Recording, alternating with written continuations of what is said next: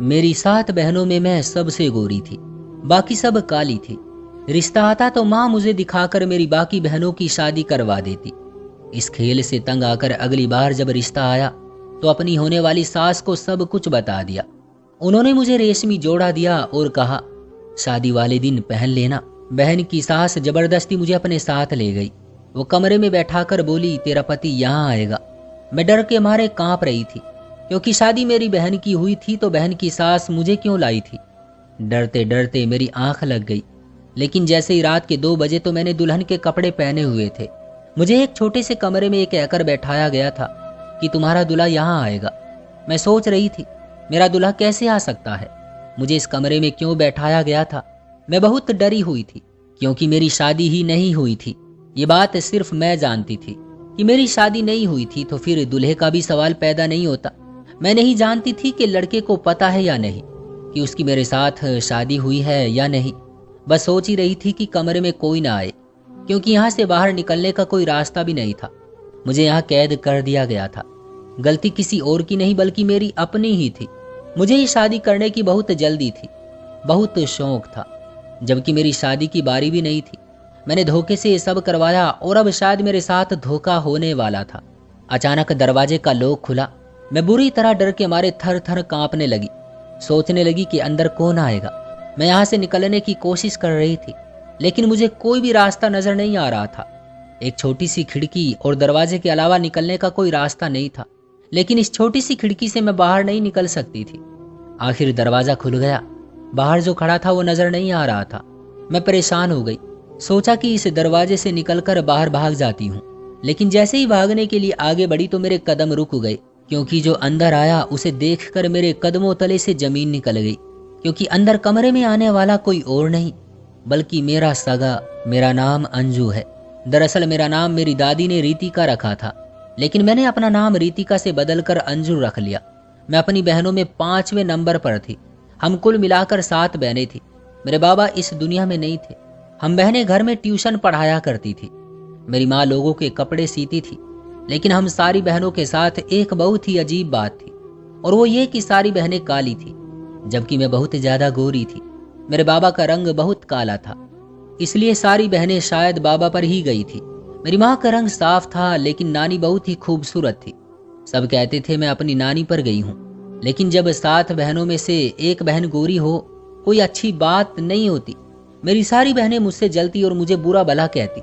जो मुझसे छोटी थी वो तो मेरी बात ही नहीं मानती थी, और जो मुझसे बड़ी थी वो मुझ पर हुक्म चलाती और कहती कि इससे सारे घर के काम करवाया करो, ताकि ये भी हमारी तरह हो जाए, क्योंकि हम तो काम करने की वजह से काले हो गए हैं। जबकि वो अच्छी तरह जानती थी कि वो बाबा पर गई थी, और बाबा का रंग काला था। जैसे उनके काले होने में उनका कोई कसूर नहीं था, ऐसे ही मेरे खूबसूरत होने में भला मेरा क्या कसूर था। मैंने तो कोई हरकत नहीं की थी अपने साथ में। मैं भी वही खाती थी जो ये सब खाती थी। मैं भी चेहरे पर वही चीज लगाती थी जो ये सब लगाती थी। ऐसा कुछ नहीं करती थी जिससे मेरी खूबसूरती और भी बढ़ जाए। मेरी माँ बहुत चतुर औरत थी, लेकिन मेरी माँ को सारे खानदान वाले यही कहते कि तुम्हारी इन काली बेटियों का रिश्ता कौन लेगा।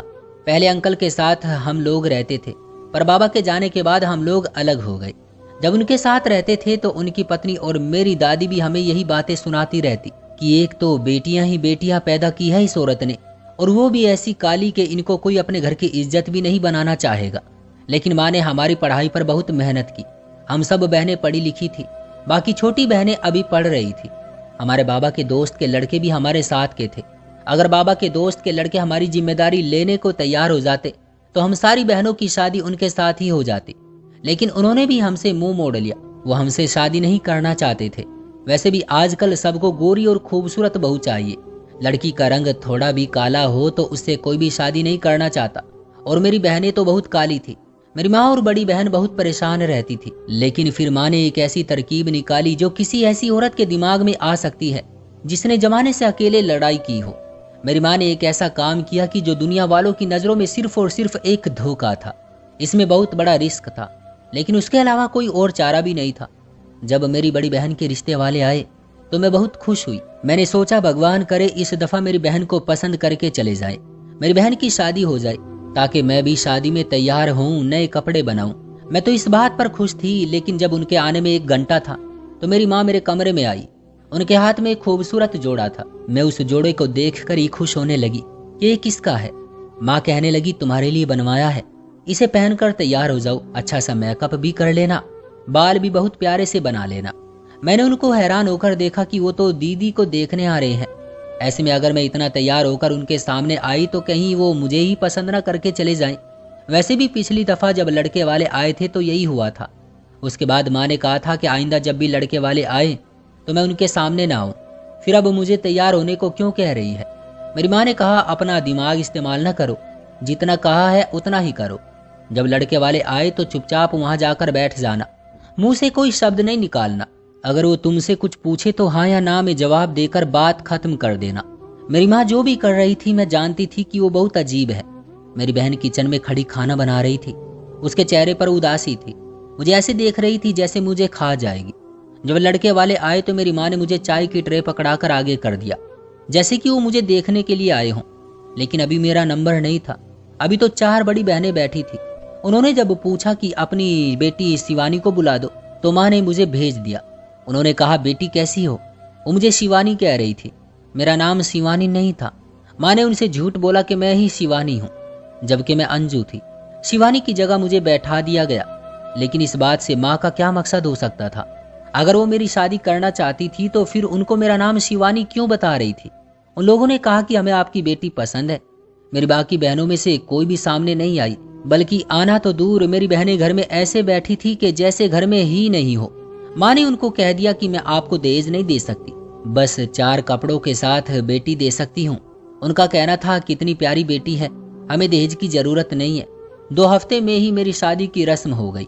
शादी वाले दिन मैं ये सोचकर परेशान थी कि कहीं मेरी शादी तो नहीं करवा रहे हैं। माँ से पूछा तो डांट कर चुप कर देती। लेकिन शादी वाले दिन मेरी जगह मेरी बहन को ही दिखाया गया। घूंघट ये बोलकर करवाया कि ये हमारी पुरखों की रस्म है। मेरी बहन को विदा कर दिया गया, यानी माँ ने उन लोगों को मेरी शक्ल दिखाकर विदा मेरी बहन को कर दिया। सिर्फ इतना ही नहीं, शादी के दिन मुझे एक कमरे में बंद कर दिया। मैं अपनी बहन की शादी भी ना देख सकी। मेरे जितने भी अरमान थे वो तो एक तरफ। मैं सोच रही थी कि माँ ने ये क्या किया। लेकिन जब से बहन को विदा किया, माँ ऊपर वाले से प्रार्थना कर रही थी। मैं भी सोच रही थी कि अभी दरवाजे की बेल बजेगी, कोई आकर कहेगा, आपने हमारे साथ क्या कर दिया। अगले दिन वो लोग हमारे घर आए, सब कुछ बताया और बहुत शोर मचाया। लोगों ने बहुत बातें सुनाई। माँ ने कहा, मेरी वो बेटी ऐन वक्त पर भाग गई थी, इसलिए मुझे आपकी और अपनी इज्जत बचाने के लिए एक कदम उठाना पड़ा। आप लोगों की भी इसमें इज्जत जाती और हम भी लुट जाते। मेरा घर बेटियों से भरा पड़ा है, मैं क्या करती? वो पहले तो बहुत गुस्सा हो रहे थे, लेकिन अब क्या कर सकते थे, क्योंकि दूल्हे को भी पता नहीं चला था कि उसकी पत्नी मैं नहीं बल्कि कोई और है। उन लोगों ने हमसे सारे रिश्ते तोड़ दिए। मेरी बड़ी बहन बहुत परेशान थी, लेकिन माँ ने उसे कहा कि रिश्ते नहीं टूटते, कुछ ही दिनों के बाद या ज्यादा से ज्यादा कुछ महीने बाद सब कुछ ठीक हो जाएगा। अभी तुम ये सब बर्दाश्त कर लो। मेरी बहन की शादी हो गई, वो अपने घर की हो गई थी। उसको कितनी बातें सुननी पड़ती होगी, जो कुछ भी हुआ जैसे भी हुआ। माँ का कहना था कि कम से कम उसकी शादी तो हो गई। पता नहीं किस वजह से और किस तरह से वो ऐसा सोच रही थी। मुझे भी बदनाम किया और मशहूर कर दिया मैं भाग गई थी। फिर हम लोगों ने वो मोहल्ला छोड़ दिया, क्योंकि हमारा घर तो वैसे भी किराए का था। इस तरह फिर मेरी माँ ने मुझे दिखाकर दूसरे नंबर वाली बहन की भी शादी करवाई, फिर तीसरे नंबर वाली बहन की भी। लेकिन अब मैं इस खेल से तंग आ गई थी। मेरी माँ मेरा रंग रूप इस्तेमाल करके मुझे बदनाम करना चाहती थी। अपनी बेटियों के रिश्ते करवा रही थी। फिर ऐसी शादियों में बेटियां कैसे खुश रहेंगी? सारी जिंदगी तो उनको ताने दिए जाएंगे। मेरी तीसरे नंबर वाली बहन को विदा करने के बाद अब मेरी चौथे नंबर वाली बहन की बारी थी। माँ को फिर से यही खेल खेलना था, इसलिए उन्होंने मोहल्ला छोड़ दिया। और माँ शादीशुदा बहनों से बातचीत भी करती थी, लेकिन उनके घर आती जाती नहीं थी। मेरी बड़ी बहन प्रेग्नेंट थी। डॉक्टर ने कहा उनके यहाँ बेटा होने वाला है। मेरी माँ का कहना था कि उनका वारिस पैदा करेगी तो वो तुम्हारी इज्जत जरूर करेंगे, इसलिए तू परेशान मत होना। हो सकता है कि किसी हद तक ये बात ठीक थी। इस तरह की शादियों में बहुत फर्क होता है। चौथे नंबर वाली बहन को मैंने समझाया, अब तुम्हारी बारी है, फिर से यही खेल खेला जाएगा। तुम्हें माँ को मना कर देना चाहिए, नहीं तो तुम्हारी भी जिंदगी बाकी बहनों जैसी ही हो जाएगी। उसने कहा, मैं पागल हूँ जो मना कर दूं? मेरा दिमाग खराब नहीं है, मैं जानबूझकर अपनी किस्मत खराब कर लूं? बड़ी बहन की उम्र 36 साल हो गई थी, तब कहीं जाकर वो गई है। इस सब में भी तो इतना वक्त लग रहा है, इतनी मुश्किल से मेरी बारी आई है। मैं 28 साल की हो चुकी हूँ। तुम्हें नहीं पता कि तुम 24 साल की हो गई हो। अब तुम 18-19 साल की लड़की नहीं हो जिसको तुम तमाशा कह रही हो। ये तो 2-3 सालों से चल रहा है। देखो वक्त कितनी जल्दी गुजर जाता है, पता भी नहीं चलता। माँ को बिल्कुल मना नहीं करूंगी, शादी की उम्र हो गई है। मेरी बहन ने कहा परेशान क्यों हो रही हो, मेरे बाद तुम्हारी ही बारी है। बाकी दोनों बहनें तो अभी छोटी हैं, वो तो स्कूल में पढ़ रही हैं। बस मेरी शादी तक तुम्हें ये खेल खेलना होगा, उसके बाद तुम्हारी भी शादी हो जाएगी और सब ठीक हो जाएगा। मेरी बहन ये बात नहीं समझती थी कि भला मुझसे किसे शादी करनी थी। मुझे तो लोग ऐसी लड़की समझते जो शादी वाले दिन ही अपने माँ बाप का मुंह काला करके भाग जाती। कहीं ना कहीं से कोई रिश्ता नाता निकल आया तो फिर मेरा क्या होगा। लोगों को मुझे ही चरित्रहीन कहना था। मेरी माँ ने मुझे दांव पर लगा दिया, लेकिन इस बार मैंने सोच लिया मुझे क्या करना है। इस दफा मेरी बहन के लिए माँ ने पहले से ही घर छोड़ दिया, मोहल्ला भी बदल दिया और यहाँ पर मेरी माँ ने कुछ सालों में रिश्तेदार भी बना ली। जब भी उनसे मिलने जाती तो मुझे साथ लेकर जाती। एक दिन घर में रिश्ते वाले आने लगे। लड़के की माँ बहुत पढ़ी लिखी औरत थी, क्योंकि वो एक हाई स्कूल की टीचर थी। मुझे लगा इसे बता देना अच्छा होगा, क्योंकि वो पढ़ी लिखी है तो शायद मेरी बात समझ जाएगी। मैंने सोचा इस दफा लड़के की माँ को पहले ही बता दूंगी कि उनके साथ क्या होने वाला है। इस तरह से शायद मेरी चौथी बहन का घर भी बर्बाद होता और मेरी माँ की बहुत बेइज्जती हो जाती। लेकिन अब मैं इस खेल का हिस्सा नहीं बन सकती थी। मेरा दम घुटने लगा था। जैसे बाकी सब माँ की बेटियां थी, क्या मैं उनकी बेटी नहीं थी? मैंने कौन सा जुर्म किया था जो वो मेरे साथ इस तरह कर रही थी? उनको कोई हक नहीं था कि वो मुझे किसी चीज की तरह इस्तेमाल करती। इस बार भी माँ ने मुझे तैयार करके रिश्ते वालों के सामने बैठा दिया। मेरा नाम किरण बताया, जो कि मेरी चौथे नंबर वाली बहन का था। जब मुझे लड़के की माँ ने अपने पास आकर बैठने को कहा, मैंने उनके हाथ में कागज पकड़ा दिया। उनसे कहा कि किसी को बताइएगा मत, मैंने आपके हाथ में कुछ पकड़ाया है। मैं बहुत बड़ी मुसीबत में हूँ। इसमें लिखा था कि जब आप अकेली हो कॉल पर बात करें। मैंने इस पर अपना नंबर लिख दिया। रात में उनकी कॉल का इंतजार कर रही थी। उनकी कॉल आ गई। मैंने कॉल पर सब कुछ बता दिया। मैंने कहा आपको मेरी शक्ल दिखाई जाएगी, लेकिन आपके बेटे की शादी मेरी बड़ी बहन से करवाई जाएगी। कहा जाएगा कि मैं शादी की रात भाग गई हूँ, इसलिए इन्होंने ये सब किया है। मैंने उनको किरण की तस्वीर भी दिखाई। उनका कहना था नहीं, हमें हमारे बेटे के लिए इस तरह की लड़की तो बिल्कुल भी नहीं चाहिए। मैं तुम्हें पसंद करके आई हूँ। मैंने उनसे कहा आप इनकार कर दो। उन्होंने कहा इनकार करने से हल नहीं होगा, तुम्हारी माँ फिर से कोई और घर देख लेगी और जैसा मैं कहती हूँ तुम वैसा ही करना और मुझ पर यकीन करो। मैंने उनकी बात मान ली और सोचने लगी, ये बिल्कुल ठीक है। मैं शादी करके उन लोगों के साथ कहीं चली जाऊंगी। दोबारा अपनी माँ को अपनी शक्ल नहीं दिखाऊंगी, क्योंकि उन्होंने मेरे साथ अच्छा नहीं किया था। अगर मैं यहाँ पर रह जाती तो वो फिर से मुझे इस्तेमाल करती। मेरी माँ अगर मुझे इस्तेमाल कर रही थी तो भी किस हद तक, बात समझ नहीं आती थी। मैं मजबूर थी, लेकिन वो मुझे बदनाम कर रही थी कि ये शादी की रात भाग जाती है, वो भी अपने किसी आशिक के साथ। उस औरत ने मुझे एक जोड़ा दिया और कहा कि शादी वाले दिन तुम ये जोड़ा पहन लेना, जिससे मैं तुम्हें पहचान सकूं और मैं तुम्हें ले जाऊंगी। वो लाल रंग का जोड़ा था। मैंने कह दिया कि ठीक है, ऐसा ही करूंगी। लेकिन शादी वाले दिन मेरे साथ बहुत ही अजीब हरकत हुई। शादी इस तरह ही हुई थी कि सब कुछ वैसा ही था, सारी तैयारियां भी हुई, लेकिन जब भी मेरी बहन की शादी होती तो मेरी माँ मुझे कैद कर दिया करती। इस दफा मैंने पहले ही एक तरीका निकाला था, पहले ही भाग जाने का एक रास्ता खुला छोड़ा था। मुझे वो कपड़े पहनकर तैयार होना था। मैं वही जोड़ा पहनकर दुल्हन बन गई और किसी तरह दुल्हन की जगह पर जाकर बैठने की कोशिश में थी। ये देखकर मेरी जान निकल गई कि बिल्कुल मेरे जैसा जोड़ा मेरी बहन किरण ने भी पहन रखा था। वो भी दुल्हन की जगह ही बैठी थी। जो मेरी सास बनने वाली थी मुझे जबरदस्ती अपने साथ एक जगह ले गई। बोली यहाँ पर तुम्हारा दूल्हा आ जाएगा, फिर तुमको यहीं से विदा करवाएंगे, पर तुम्हें यहीं पर बैठना होगा। तुम्हारी माँ को भी पता नहीं चलना चाहिए कि तुम इस जगह पर हो। लेकिन मैं आंटी से एक बात करना चाह रही थी जो वो सुन ही नहीं रही थी, और वो बात ये कि मेरी शादी नहीं हुई थी, क्योंकि मैं दुल्हन की जगह तक पहुंच नहीं पाई। शादी में दो दुल्हन होने की वजह से उन्होंने मुझे अपने जोड़े से पहचान तो लिया, लेकिन मैं दुल्हन की जगह तक नहीं पहुंच सकी। मेरी उनके बेटे से शादी नहीं हुई थी। फिर कैसे वो मुझे एक कमरे में बंद कर सकती थी कि यहाँ तुम्हारा दूल्हा आएगा? वो मेरा दूल्हा नहीं था। मैं ना जाने कितने घंटों से बंद थी। फिर मुझे वक्त के गुजरने का पता भी नहीं चला। इस तरह लग रहा था कि वक्त बहुत गुजर गया है। कमरे में कोई खिड़की नहीं थी, मेरे पास मेरा फोन भी नहीं था।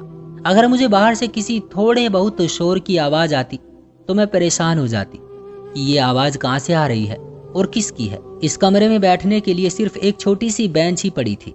जिस पर मैं बैठी हुई थी। बैठे बिठाए जाने कब मेरी आंख लग गई मुझे पता भी नहीं चला। रात के शायद 2 या 3 बजे का वक्त था। जब दरवाजा खुला मैं बुरी तरह से डर गई। इस वक्त अंदर कौन आ रहा था? अगर वो औरत थी या उसका बेटा था, तब भी मुझे यहाँ से निकल जाना चाहिए था और फिर उसे बता देना चाहिए था कि मैं उसकी पत्नी नहीं हूँ, उसकी और मेरी शादी नहीं हुई। जाने मेरी माँ क्या सोच रही थी, मेरी बहन कहाँ थी, बाहर क्या हो रहा था। वैसे तो शादी पर मुझे कैद कर दिया जाता, लेकिन इस दफा मैं बहुत टेंशन में थी। कमरे में रोशनी बहुत कम थी। बाहर से जब कोई आकर खड़ा हुआ तो मुझे उसका चेहरा दिखाई नहीं दे रहा था। उसने ही अपने फोन की लाइट ऑन की तो मैं ये देखकर हैरान रह गई, क्योंकि वो कोई और नहीं बल्कि मेरी अपनी माँ थी। मेरी माँ ने मुझे एक थप्पड़ मार दिया। मैं बुरी तरह से हैरान रह गई। मुझे झटकते हुए बोली, तूने मुझे क्या बेवकूफ समझ लिया था? बेवकूफ लड़की, तू उस औरत के साथ मिलकर हम सबको धोखा देकर भाग जाने वाली थी। तेरी इतनी हिम्मत, और तेरे ऊपर तो मेरे इतने एहसान हैं कि तुझे 2 घंटे लग जाएंगे वो एहसान गिनते गिनते। जब तेरी माँ तुझे फेंक कर चली गई थी, मेरी माँ के मुंह से ये शब्द निकल गए। वो मेरी अपनी माँ नहीं थी। माँ ने कहा इसके पति का मेरी माँ के साथ चक्कर चल रहा था और वो मुझे पैदा करके इस दुनिया से चली गई। तब उसने मुझे उठा लिया इंसानियत के नाते। मैं इतनी खूबसूरत थी, बाकी बहनों जैसी ना लगती, तभी उसने मुझे इस्तेमाल किया, वरना कौन माँ अपनी बेटी के साथ ऐसा करेगी। मेरा उस औरत के साथ बनाया गया प्लान कामयाब नहीं हुआ। उसके बेटे के साथ मेरी बहन की शादी हो चुकी थी। वो लोग अलग सर पीट रहे थे।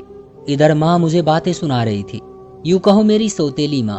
उसने कहा आज के बाद घर से बाहर निकलेगी तो मैं तुझे ठीक कर दूंगी। तू बहुत ज्यादा सर चढ़ गई है। अभी तेरी 2 बहनों की शादी करवानी है, इसके बाद सोचूंगी कि तेरा क्या करना है। बहुत तमाशा बनाया और तमाशा खत्म हो गया। यही तो इस दुनिया की बात है। बड़े से बड़ा दुख हो, बड़े से बड़ी मुसीबत हो, बुरे से बुरा वक्त क्यों ना हो, लेकिन सब खत्म हो जाता है। मैंने सोचा कि अपनी सौतेली माँ के हाथों और ज्यादा इस्तेमाल नहीं हो सकती। मुझे बहुत दुख हो रहा था कि जिसको आज तक अपनी माँ समझा वो मेरी माँ नहीं थी, जिनको अपनी बहनें समझती रही वो मेरी बहन नहीं थी। मैंने घर छोड़ने का फैसला कर लिया। घर छोड़कर मैं एक NGO में चली गई। उसके बाद बड़ी बहन से मिली, मैंने उसे सब कुछ बता दिया। वो भी अपने घर में खुश नहीं थी। माँ ने जिस तरह उनकी शादियां की वो अपने घर में खुश नहीं थी। उनको दिन रात ताने सुनने पड़ते। मैं NGO में ही हूँ और यहीं पर काम करती और रहती हूँ। मेरा इस दुनिया में कोई नहीं है। ये जगह मेरे लिए बिल्कुल ठीक है। मेरी बहनों से कभी कभार बात हो जाती है, लेकिन मैं अपनी माँ से बात नहीं करना चाहती। पता नहीं यहाँ मेरा क्या फ्यूचर है, लेकिन मैं लोगों को धोखा दे देकर अपने माथे पर चरित्रहीन लड़की का ठप्पा नहीं ले सकती। दोस्तों, कैसी लगी हमारी आज की आपको ये कहानी? कमेंट बॉक्स में हमें जरूर बताइएगा। वीडियो को लाइक कर दीजिए और चैनल को सब्सक्राइब कर लीजिएगा। मैं मिलता हूँ आपसे अगली वीडियो में, तब तक के लिए धन्यवाद।